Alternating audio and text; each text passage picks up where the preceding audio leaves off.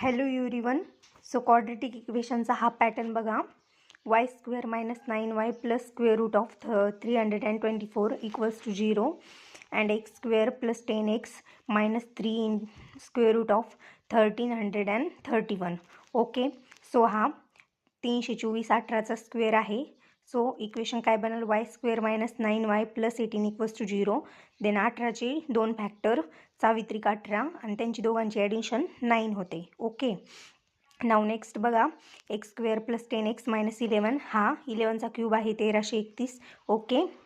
Then x = -11 + 1 म्हणजेच 10 + 10 येतो, पण रूट्स कसे येतील? साईन चेंज होतील.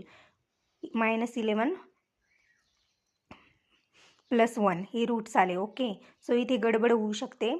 x < y आन्सर येईल. फर्स्ट इक्वेशन y मध्ये आहे आणि सेकंड इक्वेशन x मध्ये आहे. नेहमी आधी xचं इक्वेशन दिलेलं असतं आणि yचं नेक्स्ट इक्वेशन दिलेलं असतं. त्यामुळे घाईमध्ये आपण x < y असं सोल्युशनमध्ये टिक करतो. सो केअरफुली बघायचं. आधी yचं इक्वेशन दिलं आहे, देन xचं दिलं आहे.